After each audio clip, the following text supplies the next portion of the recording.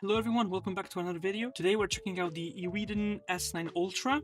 This is basically a budget take on the Viper V3 Pro from Razer. There are a few versions of this mouse, so for today I'll be looking into the Ultra model, but keep in mind that there's also like a default basic model and a Pro version.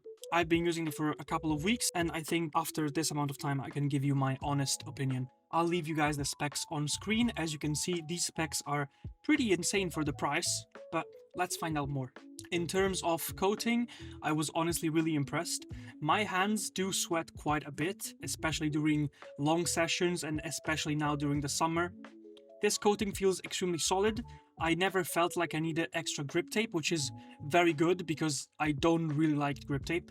Shape-wise, this is a longer mouse. It's a copy of the Viper V3 Pro. It has a fairly flat top, a centered hump. For reference, my hands are 20 by 10 and it felt amazing in my hands. So this is definitely gonna suit people who play relaxed claw or palm claw, especially people with larger hands.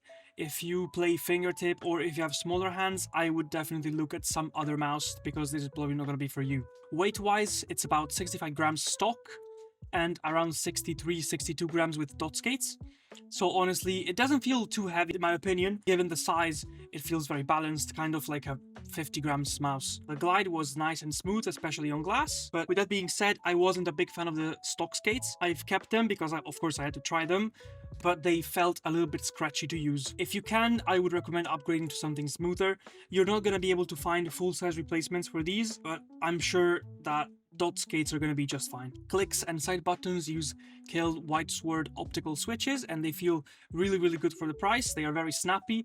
There's pretty much no post or free travel. Scroll wheel is probably the only weak part. It's kind of loose and it feels really cheap. It still works fine, but if you like a tight defined scroll wheel, this might not do it for you. Battery life is great. As I said, I've used it for 2 weeks and I've only had to charge it once. I never ran into battery warnings, and performance-wise, it's super solid. I've experienced absolutely no skipping, no spinning. The only thing I can recommend, as for any other mouse, is to use 1mm lift-off distance for cloth and 2mm lift-off distance for glass. In-game, there was absolutely nothing to complain about. It felt just really solid. Software is very basic. It's just a downloadable driver. It's not web-based. It lets you change DPI, polling rate, lift-off distance, and a few other settings, but it's not too fancy. And about the build quality, there is no side flex. It feels really sturdy. I did not have any sort of issue while gaming with this mouse. Price-wise, the S9 Ultra is around $60 on the official website. If you are very strict on the budget and you want the Viper V3 Pro, then this is honestly one of the better options I've tested. But of course, if you can stretch your budget up to the Viper V3 Pro, I would definitely still recommend going for this. That's pretty much it for my thoughts with the Eweadn S9 Ultra.